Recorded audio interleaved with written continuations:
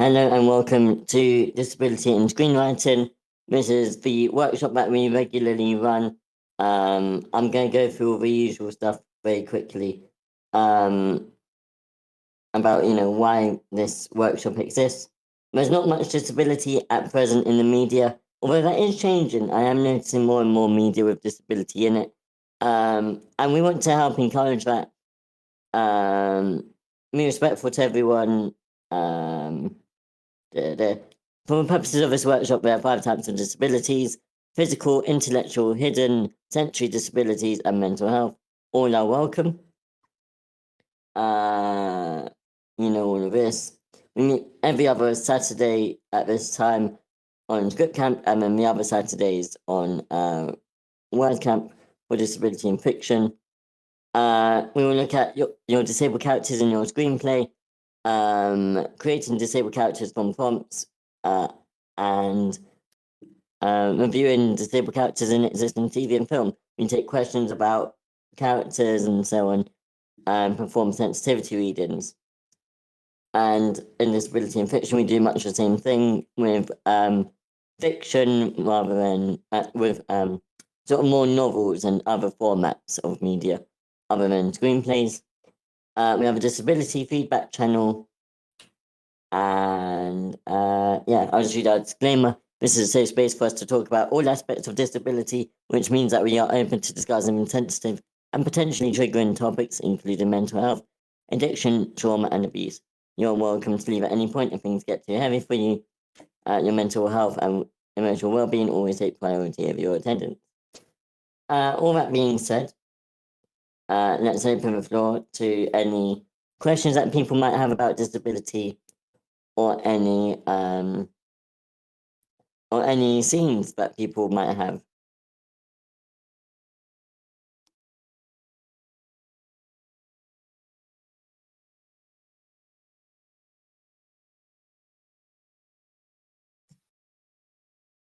I have a scene where I have one of my characters go through something, and I wanted to see if it was okay. Sure, okay. Do you want to go into more detail?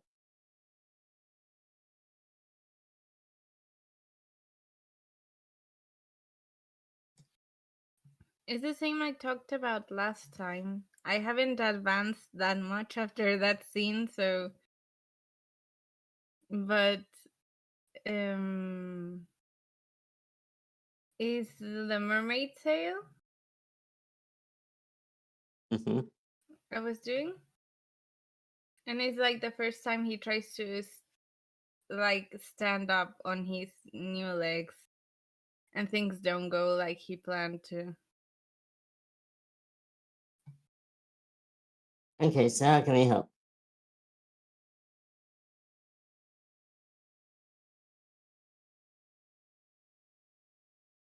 And could you give us a quick refresh our memories of what the story is, or who the character is?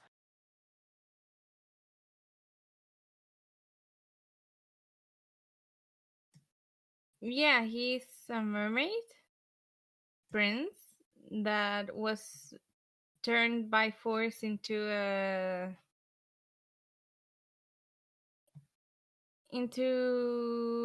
human, technically.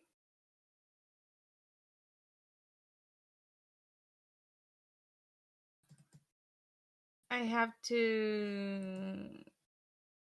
tried to portray like his first time trying to stand up, like something like painful and almost like a horror thing.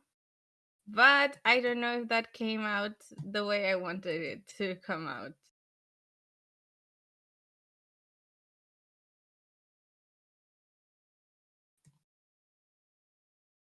Okay, would you like to share a scene from it, maybe? Would that help? Yes, that's what I'm looking for, because I have so many PDFs in this computer. I don't know what it is. Okay, found it. It's the last scene. Okay.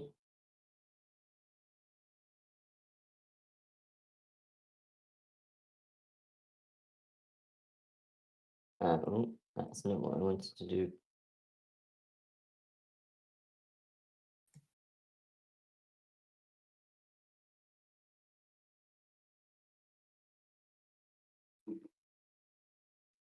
I probably should have still been sharing my screen.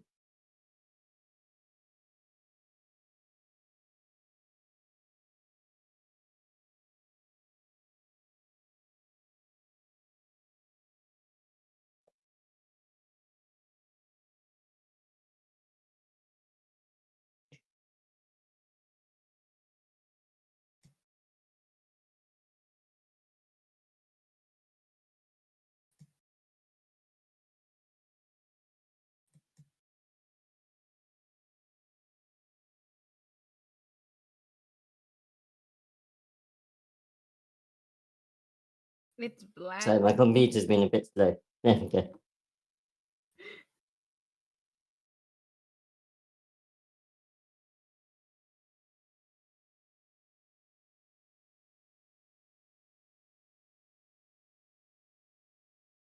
Okay. Should we do a quick little table read of this? We've got 6 pages. I'll read. Oh. So we have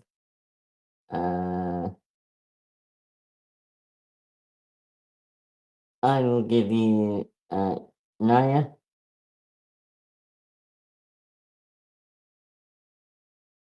Naya is winner. We have Asha. Who wants to read? Paul, you up for reading? Sure, let me get my glasses on. Cool. I could also read, even though it's weird. I will give you a minor part. I will give you Maiden 1 and Maiden 3.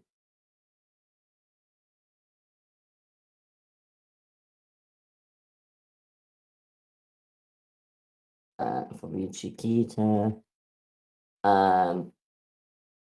Omni, I will give you Maiden 2 and Servant. Ooh, that's not a Servant.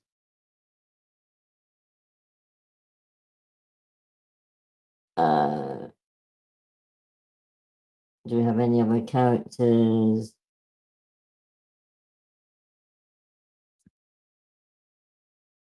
Do you want us to read the whole thing? Dima. I don't know if it's too much, 6 pages. I don't want to. I think we have time to do it. Do all of it. Okay, thanks. And I will take direction. Can everyone see the PDF in the channel in the on the screen share? Or you can download it, and we will start shortly. Voices of Elma. Interior Demon's room, cottage day. The drapes are closed. Only a few rays of light illuminate the wall. Soft moans replace the room's silence. A calendar with a date marked with an X beside it reads wedding. On the floor there is a net, fluorescent seaweed, and more strange deep sea ingredients. The entire wall is decorated by intricate drawings of a beautiful regal prince. Match cut 2, interior Asher's room, Sea Palace, day. Asher, 29, regal merman with an expression of tiredness and melancholy, looks in the mirror. The reflection shows him a prince in a wedding attire. He hates it. There is a knock at the door. Asher shakes his head, an almost genuine smile on his face. Come in. He turns to the door. No one enters. Ahem. Come in? Still no one. Still no one. Usher looks at the door, worried. He approaches the door and opens it. The corridor has many servants, going from one place to another with different decorations and plates, but there is no one waiting outside the door. Stranger POV. There is heavy breathing. Usher, confused, returns to look for something in his nightstand. A ring box. Usher, in the silence, listens for the now soft breathing. He tilts his head and stretches his arm to the middle of his bed. Usher is sprayed. He moves back, looks at the bed, alarmed. Usher's POV. His sight goes blurry. He falls to the ground. He can only distinguish forms. Someone comes down the bed, now visible, crouches close to the prince. Usher loses consciousness. Interior wedding prep room. See Palace Day. Naya, 29. Siren Princess. Tall, slim, and conventionally beautiful, is being dressed into her wedding attire. She looks into the mirror, a bright smile on her face. 3 maidens prepare her tail, her hair, and add some sparkling painting. Intricate patterns to her already gleaming skin. You look so beautiful, Miss Naya. I hope I look this gorgeous at my wedding. The maidens finish their work. Naya looks like a sea goddess. Thank you, girls. We'll let you rest, Miss Naya. The 3 maidens leave. Naya twirls with a smile. She sings a tune while putting colour on her lips. She sees on the table a small silver brooch. She takes it and giggles. Naya takes a cloak and hums to the door. Interior main corridor, Sea Palace Day. Naya dashes through the corridor. She continues to hum. She covers her wedding attire with a cloak. The servants that pass her bow their heads. She stops at Ash's room, knocks softly.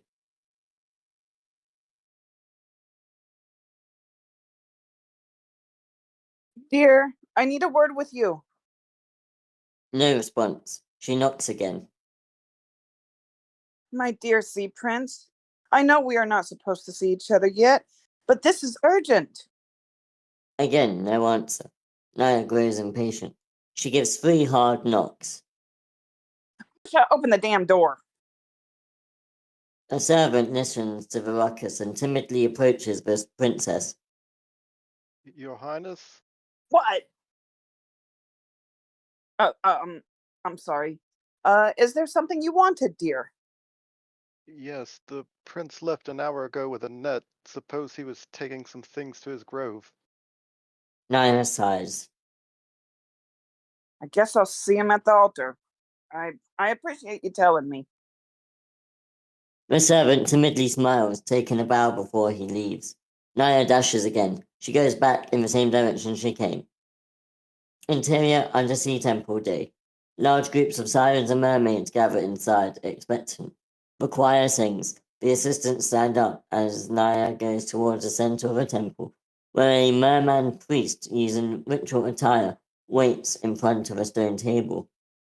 In the table there is a delicate piece of cloth, and over it a dagger in its sheath. 2 thrones on the back of the temple stay empty, covered by beautiful memorial flowers. Fluorescent plants illuminate the way of Naya as she continues to approach the priest. She patiently looks at the corridor on the other side. Asher isn't there. Naya takes deep breaths. The priest notices the anomaly. He lifts his head.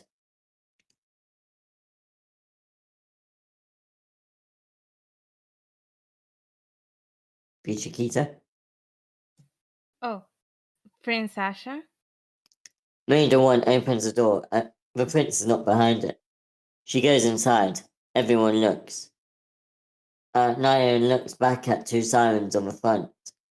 A big, strong, and dangerous-looking male siren, Abura, 46, and a regal siren, younger-looking than her years, with a serious face, Aura, 44. Aura signals with her hand for her to lift her head, look proud, and go forward. Naya does as ordered. Maiden 1 returns. She shakes her head. There is a loud gasp from all the assistants. Naya looks sad, but Aura and Abur smile. Exterior Shore Forest Island Day. A beautiful and younger human-like being with a large scar on the left side of his body, Dima, 27, crouches over Asher, conscious over an open net. He takes a vial from a leather bag he carries. He lifts the prince to his knee. He opens the vial and makes him chug the liquid inside. Asher screams as his tail splits. Dima covers his mouth. He presses into 2 legs. Dima nods and, covering him with a net, takes him in his arms and sprays him again with a strange fluorescent liquid. Dima walks with Asher into the forest. Interior Dima's room, cottage, evening. Dima lays Asher to rest on his bed. Dima leaves the net and bag on the floor. He brings the stool and sits beside Asher. Dima caresses his face and removes a strand of hair. He smiles. Dima stares at Asher longingly. Dima bites his lip. A teapot's high-pitched sound wakes him from his daydreaming. Kitchen dining room. Dima gets the pot of the brazier, Dima gets the teapot of the brazier. A cauldron bubbles up. Dima smiles. Dima goes to the pantry. His eyes widen. He desperately looks on the cupboards, but he doesn't find what he's looking for. Damn it! I'll have to go. Dima takes the cauldron off the brazier, places it on the table. Dima's room. Dima picks up the bag, gives a last look to Asher. I'll be back. Dima leaves. Asher continues to sleep. Interior Dima's room, cottage, night. Asher stretches. His eyes scan the room. It is dark. A bit of moonlight enters through the drapes. The drawings of himself are the only things he can clearly observe. What? Asher sits on the bed. He is groggy. He tries to lift from the bed. The moment he tries to stand on his feet, pain kicks in, like 100 daggers stabbing him. Asher lets out a scream of extreme pain and falls to the ground. He drags himself to the closed door of the room. He tries to reach the doorknob. There is noise outside. Asher freezes. He hears steps on the other side of the door and the metallic sound of a brazier. Asher quickly crawls back to the bed. His useless legs force him to use all the strength of his arms, pulling himself back onto the bed. He is barely on time, laying on his back with his eyes closed when the door to the room opens. The door closes again. Asher breathes. Some tears fall down his cheeks. He cleans them and tries to breathe softly. Alright, end of extract. Thank you for reading, everyone. Does anyone have any feedback? I have a question. I missed what she was actually looking for. So, I mean, general feedback, but also feedback about disability, I guess. Yeah, I think mainly general feedback at this point. Anything stand out to you? Stands out to me, the action is there's just a lot of it. It's I don't want to say novel-like because that's, everyone says that, but you really can cut it down to just little snippy action beats in between the dialogue. I don't know. I think it could be maybe 3-4 pages. This section.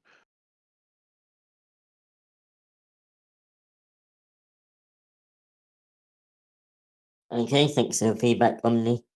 So I'm just giving that coins. Anyone else got any feedback?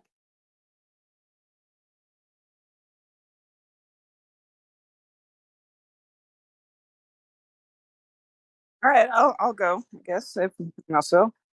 I have one question. Is this the very beginning, or did anything happen before this?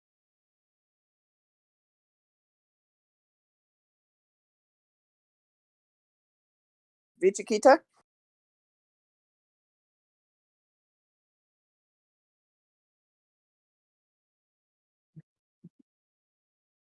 Are you there, Chiquita? We can't hear you.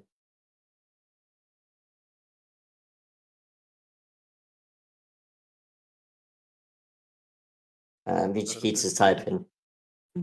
Oh, she's typing. All right. Okay. So then she can probably hear us.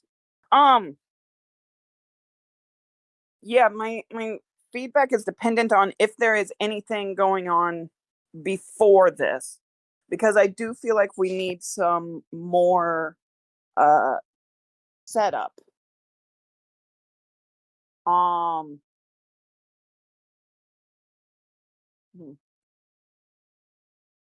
No, this is okay. This is the beginning. All right, so we do need more context. We need to see more of Asha's life in this underwater. Maybe if Naya is going to be like also a major force, is the like maybe she's trying to get him back or something, then we need to see that relationship. Having it be on the wedding day, but the wedding day doesn't actually happen, it's kind of too late. We need to back up just a little bit more so that we can establish who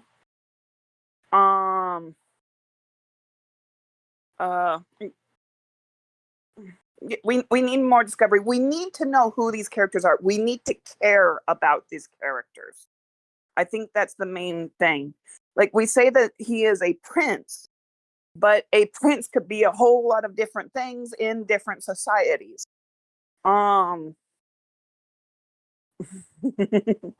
So we need to, at the very least, care about Asha.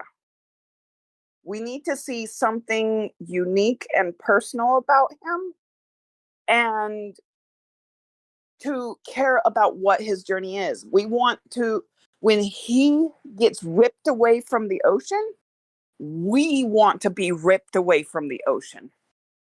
We want to feel his pain. And so to do that, we need to be invested in him.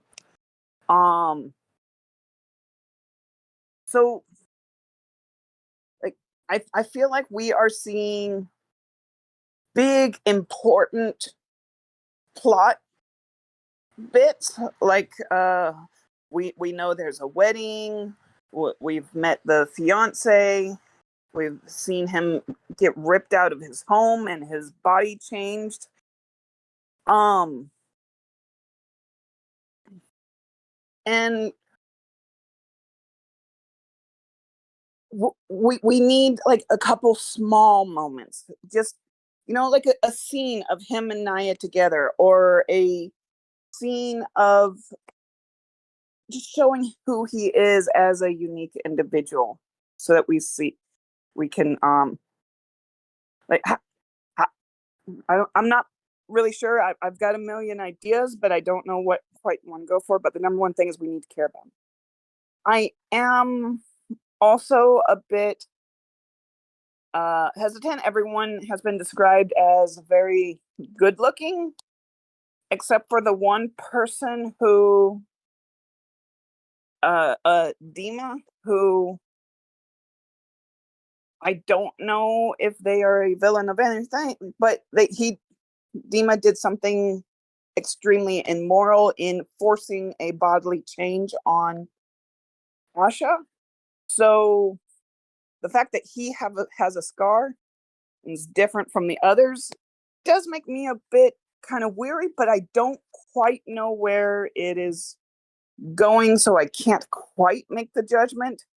But that was like my gut reaction of, why does Dima have a scar so different?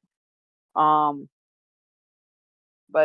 the story itself is sounding interesting. I just want more characters. I want to connect better with the characters.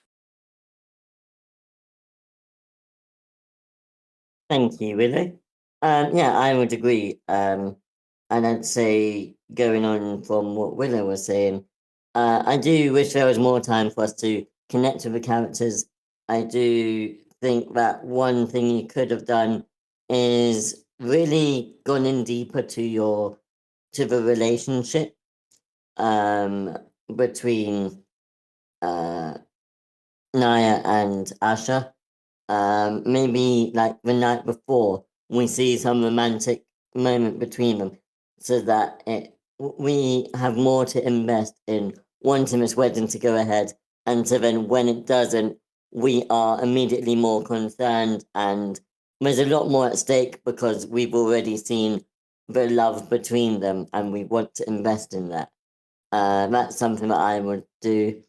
I think your inciting incident happens a bit too early. So your inciting incident would be the kidnapping and splitting the tail. I think if you left it another sort of 3 to 6 pages after, so added more detail, more relationship, and I think that would make your story stronger.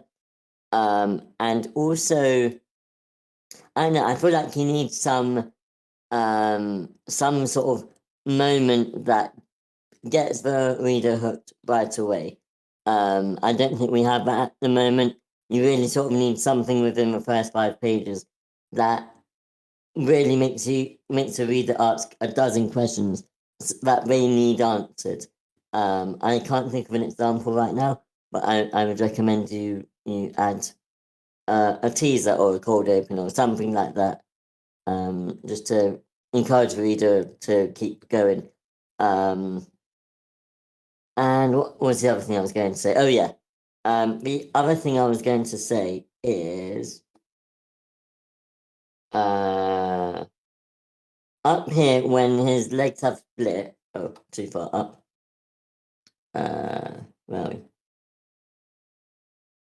Yeah. So he sits up, groggy, and he tries to lift from the bed. When you say that, like Matt painted an image of, he's trying to stand, which doesn't make sense to me, because I presume that if he's groggy, he probably hasn't worked out that he's got feet yet. So why is his first instinct to stand? And even if he does know that he's now got feet, why is he immediately trying to stand when he can't do that with a tail? Why is that his immediate thing to do? Why does he do that without even thinking about it? That to me doesn't make a lot of sense. Yeah, and also there would be a time that he would need to figure out how to stand, and be coming to terms with the fact that now he does have legs. He'd tried to drag himself out of the bed before he tried to, stand up. Bitterbun says, this part, he hates it, is unfilmable. You can use something like frown or frown, or some other way to show that he's displeased.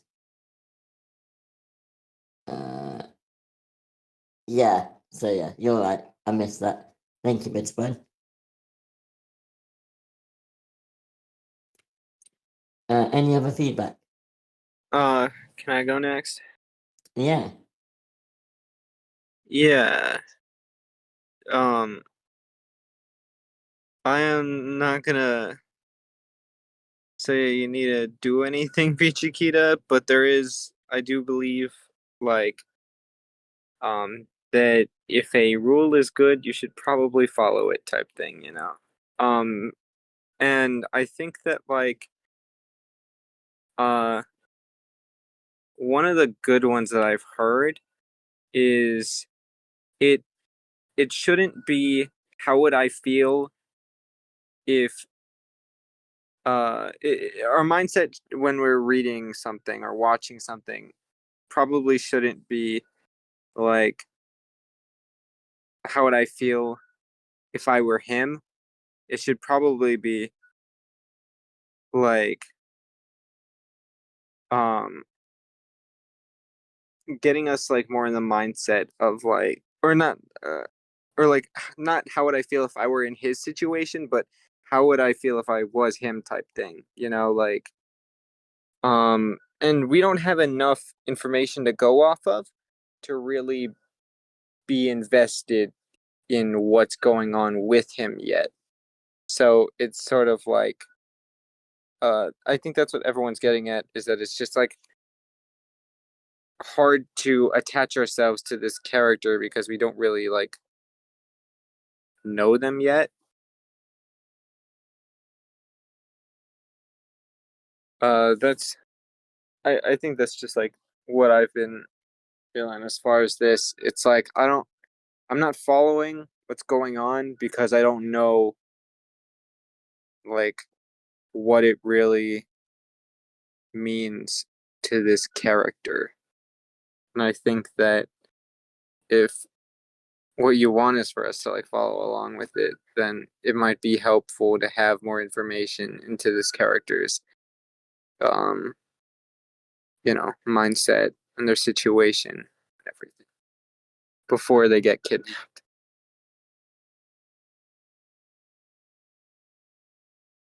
Cool. Thank you, Paul. I'd like to add something real quick too.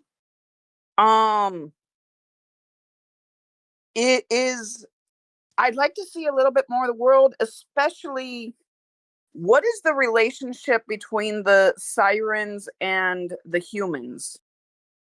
I think we need to see like what is Asha perspective of the humans, or what are the humans perspective of the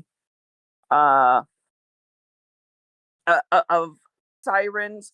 Are they mythical creatures and only Demon knows? So you take the Little Mermaid movie and it establishes the fishermen talk about King Triton, but it's more of a legend and they debate whether or not he's real.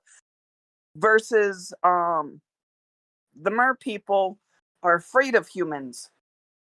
So I think it would be good to establish in this world what the relationship is between these two distinct societies.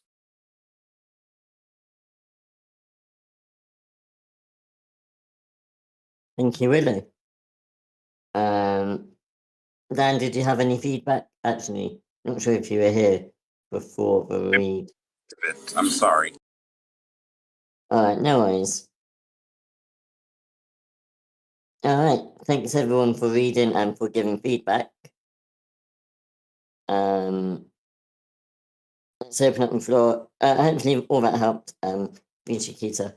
Let's open up the floor again to any feedback, not any feedback, sorry, any scenes that people want to share, or any questions or topics.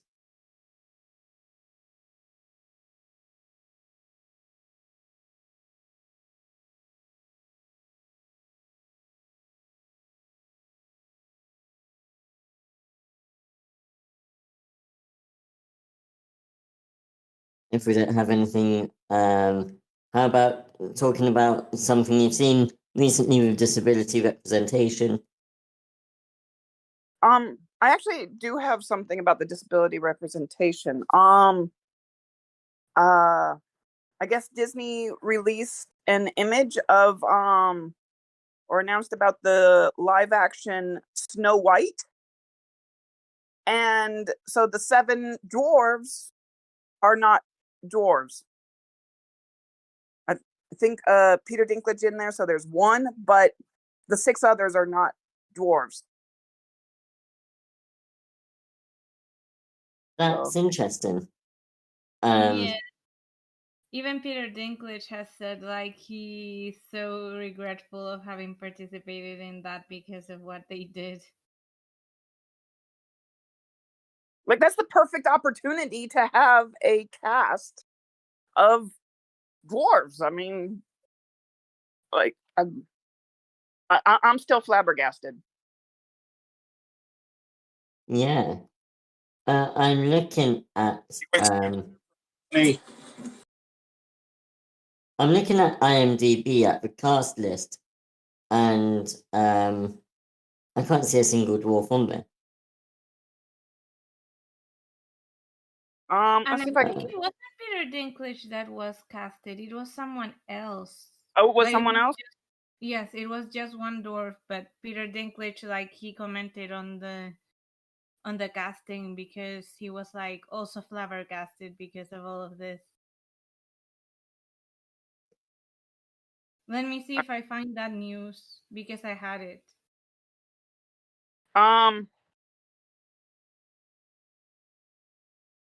Wait, I've got the picture of it. I think maybe it's a promo picture. Hang on, I'm getting it. Oh, hitting all the wrong buttons. Never feeling. Yeah, I'm looking at it. It looks like the person with dwarfism is Martin Kleber. I've never heard of him. Well, but it does actually, from what I can see, it doesn't look like they've announced the entire cast.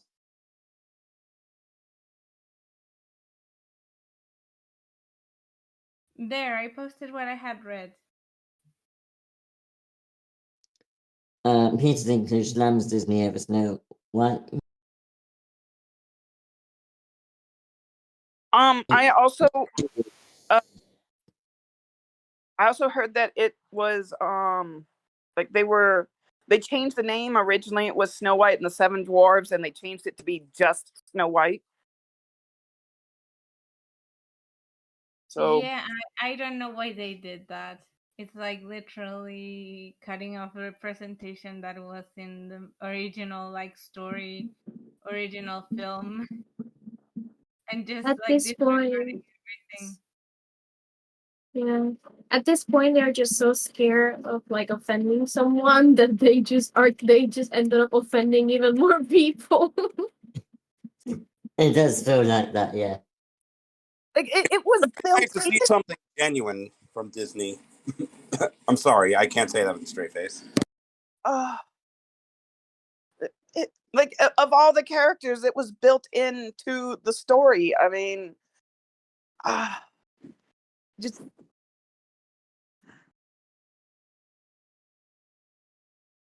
I mean, there's people used to view dwarfism as some kind of magical anomaly, like you were like a prophet or some kind of other being. So I don't know, the dwarfs in fairy tales or sort of have problems of history already baked into them. So I don't know, it's a complicated thing, but I can see why everyone's upset. You can't win. Well, It's okay. something that they kept one dwarf. If they wanted to eliminate the thing, they could have eliminated them all, but they kept one. They still do it. It's so weird. They probably did market research. This is probably the team composition that's gonna print the most money or something. They talked with Peter Dinklage. I know he I was don't know involved. what they did. Or I thought he was involved in some way, kind of thing. I think he was just criticizing them. I don't think he actually. So it looks like there's some sort of delay here. They can't afford Peter Dinklage. Oh, yeah, that's for sure.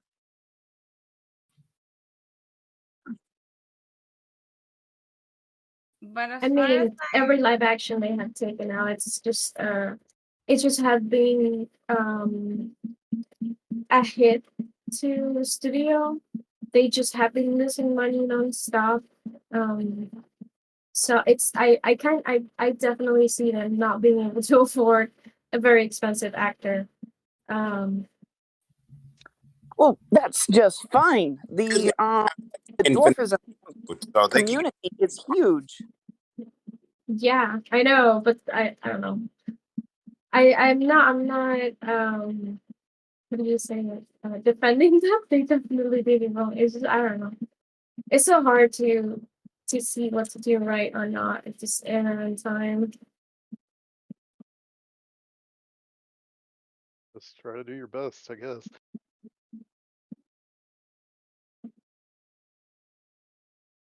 Has anyone seen Silo, the show? I think it's on Apple. Yeah, I've been watching that actually. Okay, so are you familiar? There's a character who's like afraid to leave her sort of like apartment or her little maintenance Yeah, area. Um, I don't know, it kind of bugs me. Like she has this character arc and it's just kind of like a cartoonish version of agoraphobia, sort of like how movies think PTSD is just like a guy having flashbacks of a war or something, or like flashbacks that he can't control yeah, periodically. Um, it's just like this idea that agoraphobia is just fear of leaving one's house when it's actually this really complicated traumatic response that develops over many years to like avoiding stimulus that trigger trauma and stuff. It's sort of like mm, a version of PTSD, and I don't know, it just kind of bugs me that people just view it as like, oh, I'm afraid to go outside or whatever. Like, I don't know. yeah, and that she beat her agoraphobia like that. She's not been out for years, and then she's like, "Oh, I'm needed, so now I'm going to leave." After all this time of even being frightened to Yeah, look at the door essentially, and I'm just going to walk out, and like they did show a bit of fear, but not nowhere near the realistic amount.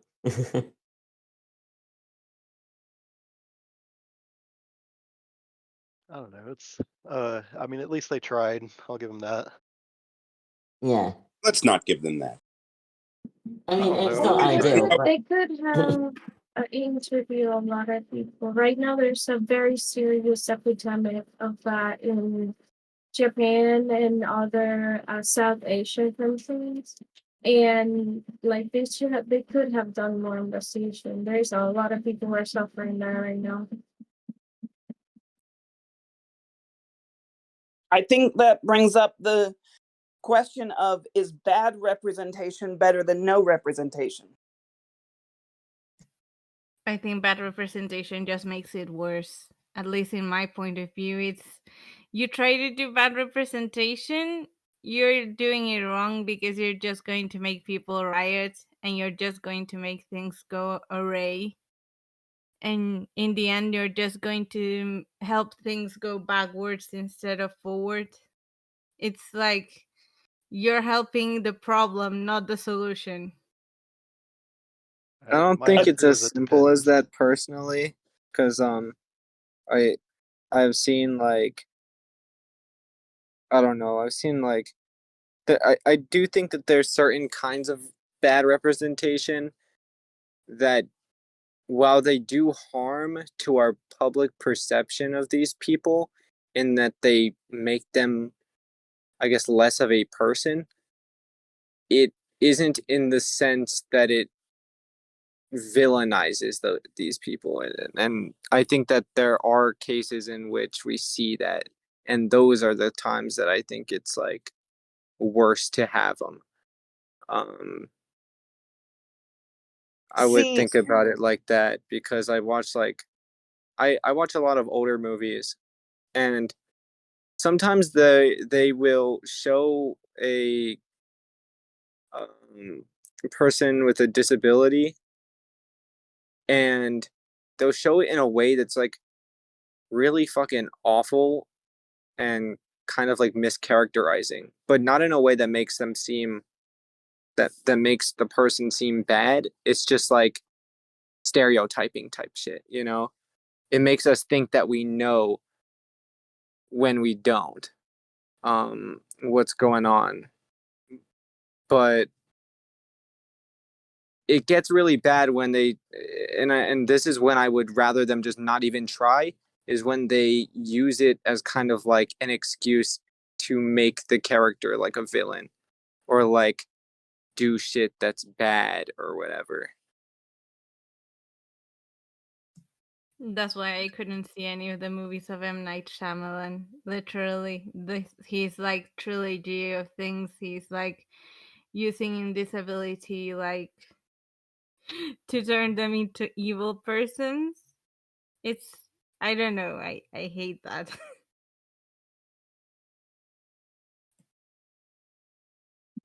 Yeah, So now I have a agree with question towards that. So, what do you guys think about two kinds of representation? One that will show the dangers of an untreated disability, and one that will show a treated one. So, in that case, would you guys would say it's just better to not do it?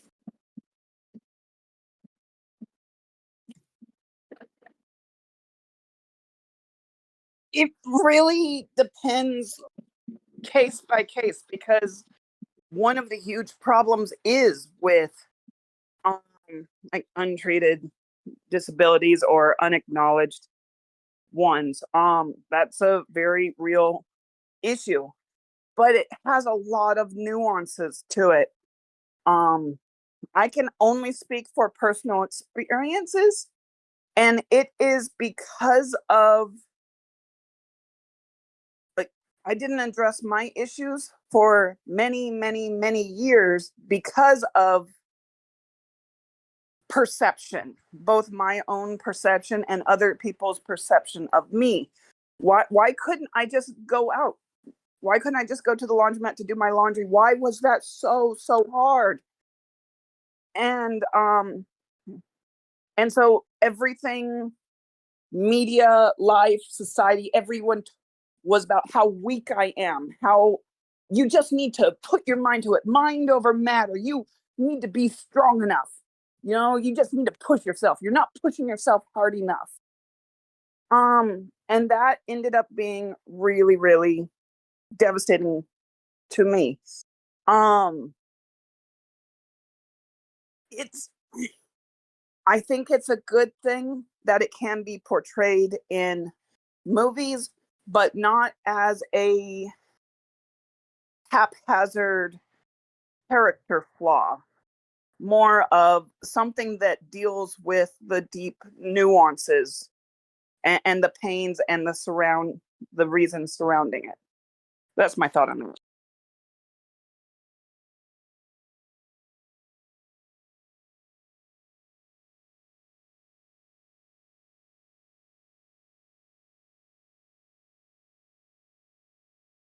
Yeah, I'm going to go back to what Paul was saying about having, whether it's right to have bad rep or no rep. I think it's always really important to feel like someone is representing you. And sometimes it is better to have bad rep than no rep. I like, for example, seeing wheelchair users in the media is always a nice feeling, even when they don't have that much personality. It's just nice to see a little bit of yourself. But obviously, it's more important to have Can good. I ask a question on that? And please don't take this the wrong way. Can I? What if their entire personality is, I'm the one in the wheelchair? Yeah, there absolutely have been media That's like that. like the writer is patting themselves on the back and asking for brownie points. And I apologize if I said something very insensitive here, but I have really big peeves with people who are disingenuous. Yeah, you've not said anything bad at all, and that is something that I'm talking about. There are shows that will have a disabled character because it makes them look better. Like they've got, they're more aware of their society. I don't even know what they're trying to do, but even that is sometimes better. When you go, oh well, at least someone attempted to, rather than just downright not even nearly trying, or making up excuses for why they don't. I mean, there's still a lot that needs to be improved upon those shows, and a character shouldn't just have a wheelchair as their personality or whatever. But it is still nice because then you can kind of be like, well, there was an attempt. It was a miserable attempt, but it's still that character, that kind of thing. I think a lot of people think. I have an example of that. All Yeah. these like cartoons, like Saturday morning, when I was growing up, they would just have the most cynically slapped together focus group teams, and they would have the kid with the personality who's I'm the one in the wheelchair, and it was obnoxious as anything. But I know so many kids that identified with that character or that toy or that product or whatever it was. Like it improved their life in some measurable way just to have it, even if it was 100% cynical for existing. Yeah, I mean, sometimes you don't need a character to have the same personality as you, or the same goals or wants as you. You just need them to look a little bit like you for you to connect. Like most people will connect based on like their not tone, but their my mind's gone blank, I can't think of a word, but how they react to certain situations. Like if you have a sarcastic character, for example, you go, oh, I love this character because they're like me, their sarcasm's like mine or whatever. You might not relate to them in terms of their skin color or whatever, but you have one aspect that you relate to them with. And sometimes But that that's might be appearance. right. But here's the difference between sarcasm and being in a wheelchair. One is a personality. One is an actual character. One is something that determines how a character behaves more so. You know what I mean? You know how they react to things a lot You more. know, And yeah, sarcasm can be like, here's the thing, being in a, I don't want to sound nasty when I say being in a wheelchair isn't a personality. A disability is not a personality. You could be no. sarcastic and in a wheelchair. You could be in a wheelchair. You could be like, and you could be like a priestly saint type character. There's all sorts of characterization. I guess am I making sense? Yeah, absolutely. I want to use another analogy. Back where you have probably seen this photo. I'm going to share it if my phone lets me. It would let me. Okay. Let me save it so I can share it. Damn it.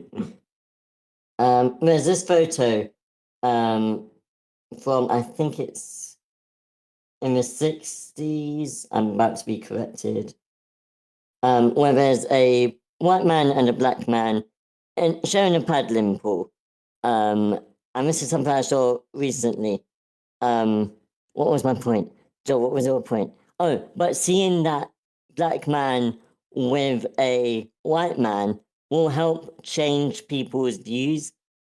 And so even though this is a bad example, but just seeing that will, I'm sure, have made so many black people go, wow, this is what could happen, that sort of thing. I feel like it can be similar in a way. So even just seeing a wheelchair can be an inspiration for some people, for some other disabled people. Like, wow, this person is a disabled actor. Their storyline isn't better, but that could be me one day.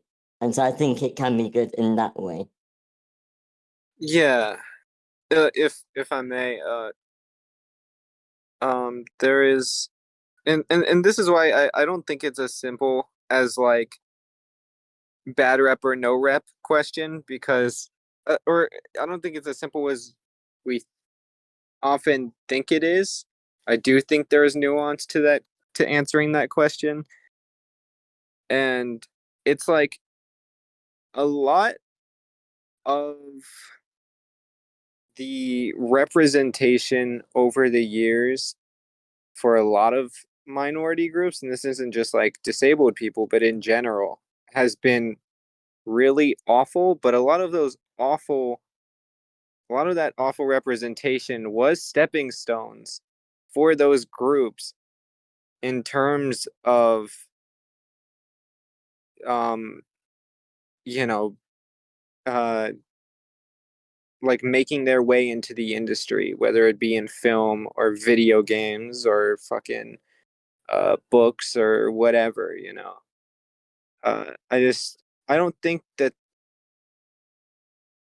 it's as simple as, oh, I would rather have no rep than bad rep, because uh I think that bad rep is a sign that people certain bad rep is a sign that people are trying at the very least.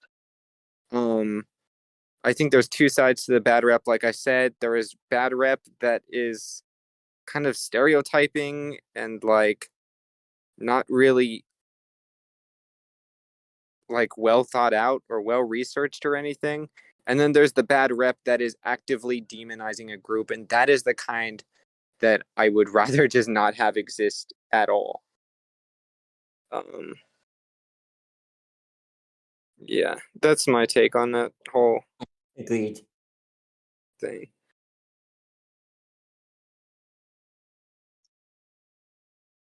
I do Yeah. agree. Parts of Bad, of course, of any group of people.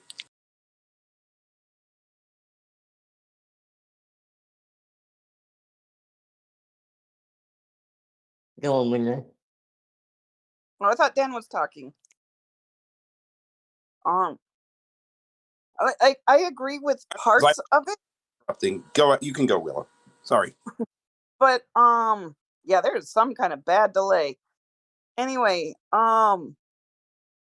like in the past, or maybe like as a first bit of representation, I can't understand. So for example, as Omni took my comment I was going to make, Whoopi Uhura on Star Trek inspired Whoopi Goldberg. Apparently, she saw Uhura on TV, went running to her mother and said, "Mommy, Mommy, look, there's a black lady on TV and she's not a maid."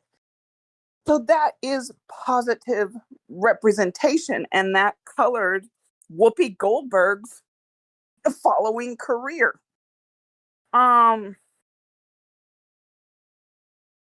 But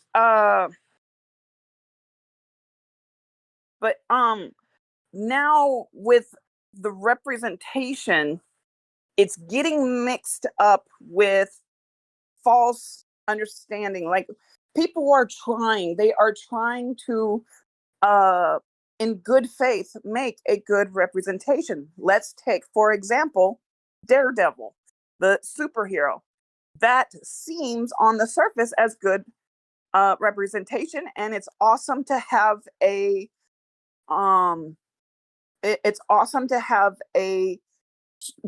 disabled superhero.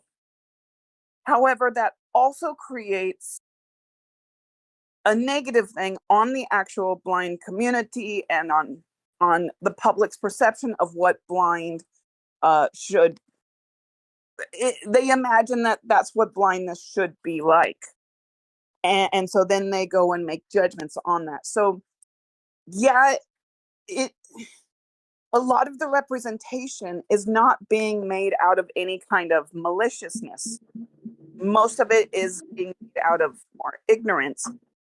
That ignorance is what is damaging current communities. So I do wanted to add something to that. Willow, have you seen John Wick 4? No, I have not watched John Wick. I know something. Okay.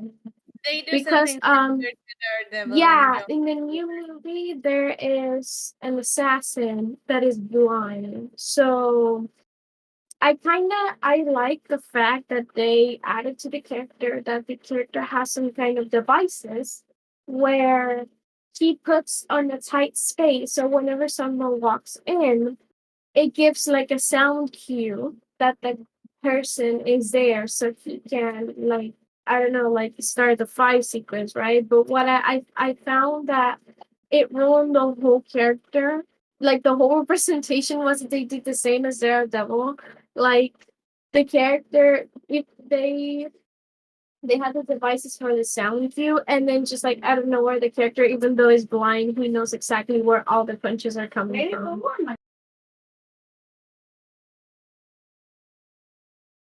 Yeah, exactly, like something like this. It is kind of like bad representation begets more bad representation. Because are you talking about like the blind swordsman trope? I haven't seen John Wick 4, but that sounds like a martial arts thing that I've seen hundreds of times. Like a blind martial artist who's way more badass than everyone else. To me, I Yeah. don't think that's negative representation or harmful representation. I actually love that trope. I mean, it is kind of cool. I'm not going to deny that it is cool, but at the same time, it keeps giving this, as Willow said, this bad image that blind people can like know time, space, and has like some kind of like a location. Like that doesn't happen. So it is a big. I think I can attach the fight scene. It is in YouTube or something.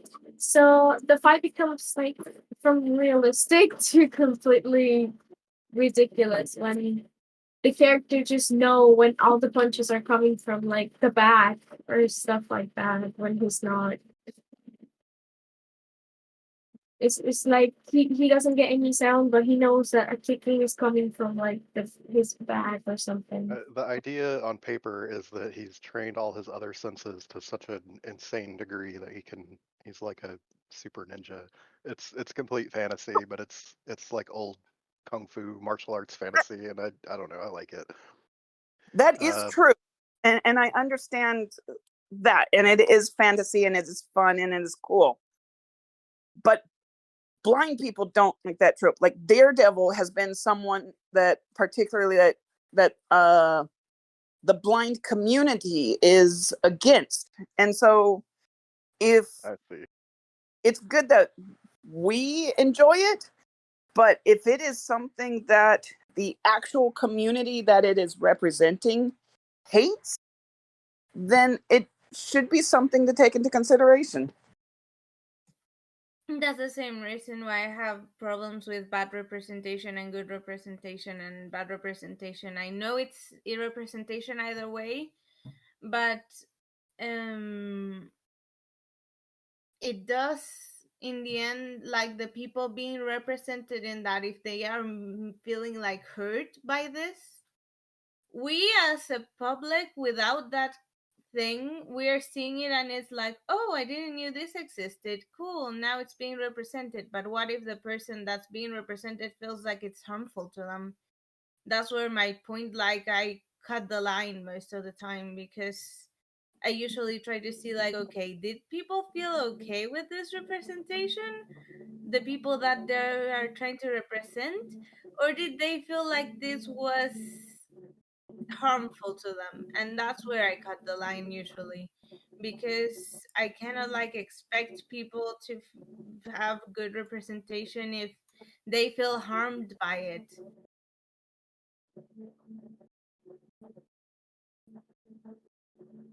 Willow, I attached the fight scene on on the chat.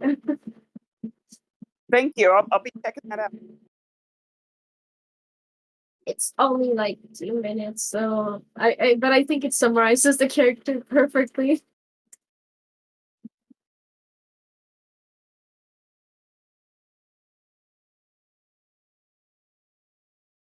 I mean, there are times where he is touching the walls and like the environment to get like special awareness. But at the same time, I don't know. It's just this guy must know the human body pretty well to be able to land those hits. I mean, if he was really blind, he would be destroyed in any kind of fight encounter with Yeah. a person who's sighted and trained in martial arts. Like it's just not possible. I don't know. I'm gonna do some research on this one because this is one of my favorite things. And if this is something that blind people are really upset by, I mean, I could see that if I was blind and there was this whole uh, fantasy trope of the blind swordsman guy who's just a badass, and I really hated it. I could see that being a problem.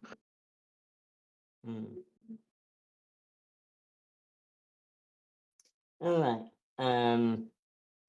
Thanks everyone.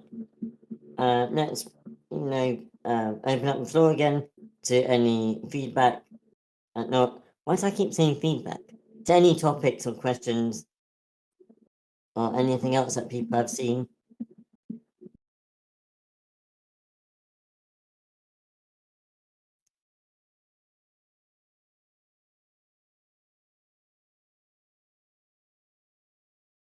If not, we will go back to our screenplay that we've been reading over the past few weeks with our Apocalypse.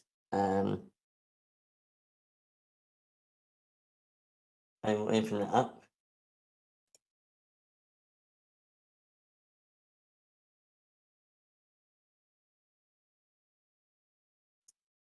Just anyone who's been reading with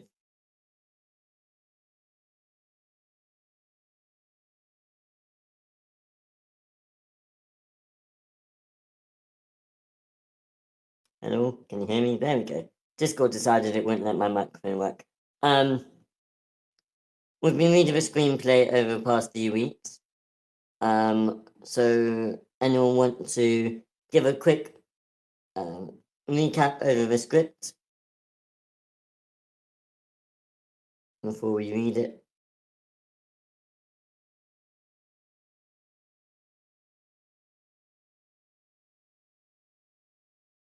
If not, I will do it. So this is a script that we've been reading, like I say, for the past few weeks. Where it's a post-apocalyptic world, and there's a disabled mother and her, I think, teenage daughter, who are just trying to survive. I don't think we've seen the actual threat yet. I don't think we even know what it is. I would assume it's like a virus or something that's wiped out a bunch of people. But yeah, I'm assuming everyone's up for reading. If so, we will start casting. Oh no, goodbye, Paul. Thanks for coming.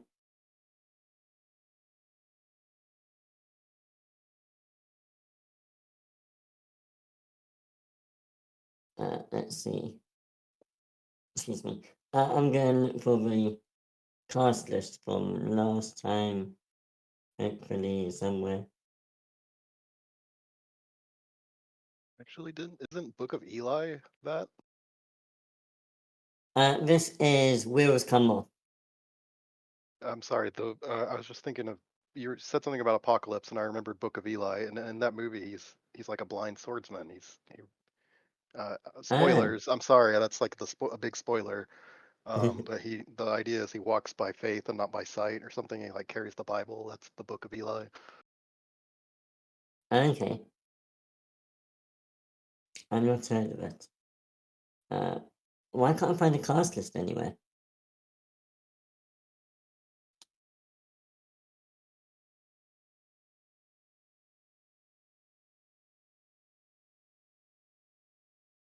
If you know, I'll cast manually. Willow, how would you like to take? Oh, Carla.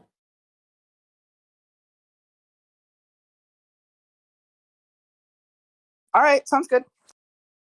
Cool. Manuela is one of our leads who wants to take them.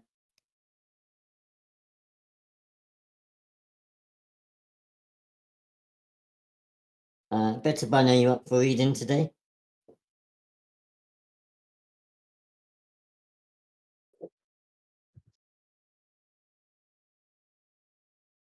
Okay. No worries. We might not actually have enough people to do this reading because there are quite a lot of characters.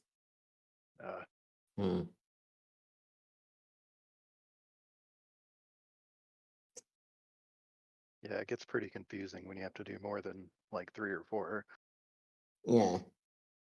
And at this point in the script, there's a lot of characters. Okay, in that case, it looks like we'll have to leave it for another week. Alright, no worries. Oh yeah, Bitter brings up Toph as another blind martial artist, but Toph is like some of the best representation in kids fiction, like period. So there's one good example. Yeah, I do love the character Toph.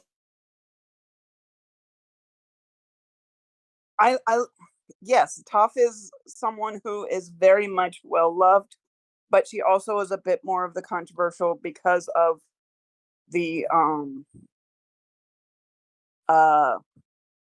because it feeds into that same trope. It feeds into a disability as a superpower. Yeah, I know what you mean.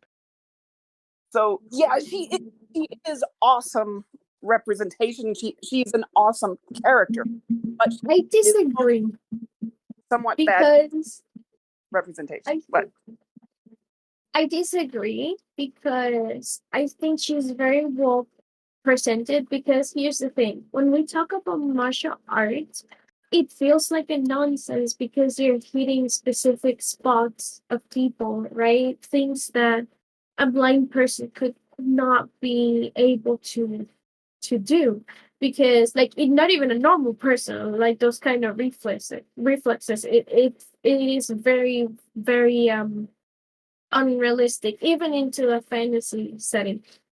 But as a person who has watched Avatar more than 5 times, the whole 3 books, I can definitely say that Toph is really well written because she doesn't really have these specific um unrealistic powers. Like every time she uses her powers is always big boulders, is always like big shields or big pieces of rock. Like she's not being extremely accurate like somebody who would be hitting essential spots. She's always like she understands the mass as a whole, which in that case it would be accurate for blind people to understand mass as a whole.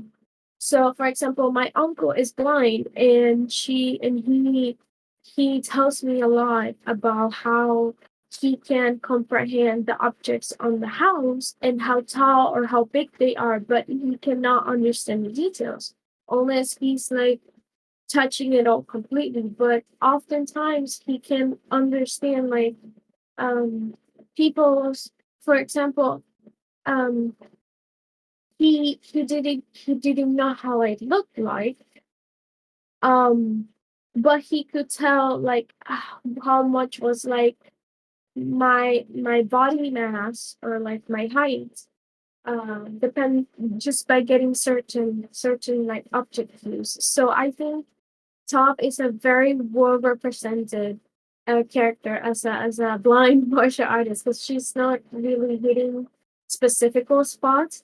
She's just hitting masses as a whole. So I think that's really well written. Yeah, she basically feels like a little miniature earthquake where you're standing and then shoots a Yeah, stalactite where you're at,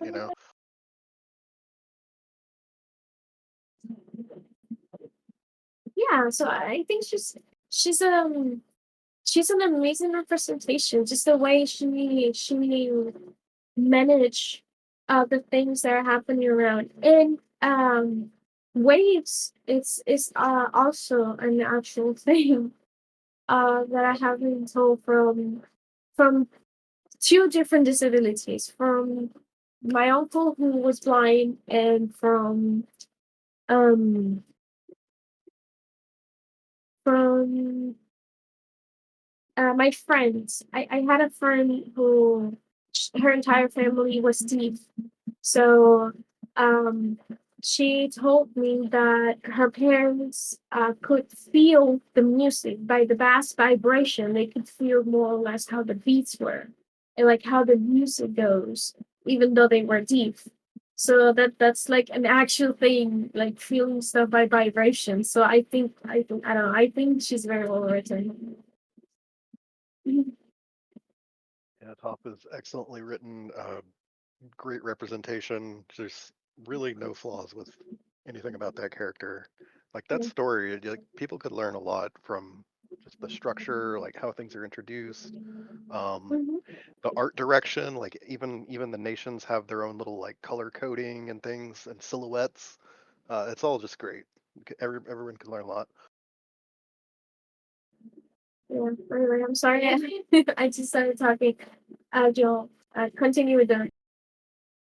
Oh, so disability as a superpower. The one that bugs me the most is like PTSD or like trauma or something. The tortured writer, the traumatized artist. And they use their pain as to achieve these heights that they somehow couldn't have achieved otherwise. And it's just that to me is harmful. It's not only unrealistic. It's actively harmful. It's like um pain actually destroys more artists than it creates. Like, those stories don't get told. So, I don't like that one. But there's plenty more. I'm sure someone else has an example of like a disability as a superpower that absolutely aggravates them.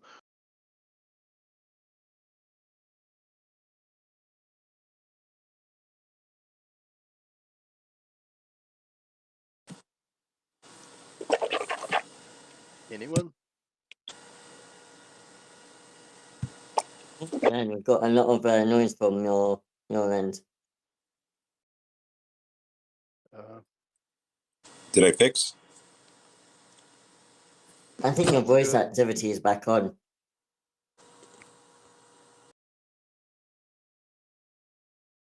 Weird. I'm not sure if we've got many more topics to discuss for this week. So we'll do a last call, and if not, we'll finish up for this week. Sounds good.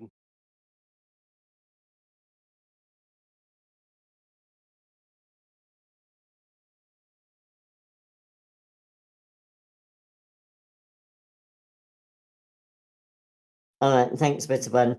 I think we'll call it there. Thanks, everyone, for attending. We'll be back on WordCamp next week for Disability in Fiction. Have a wonderful week.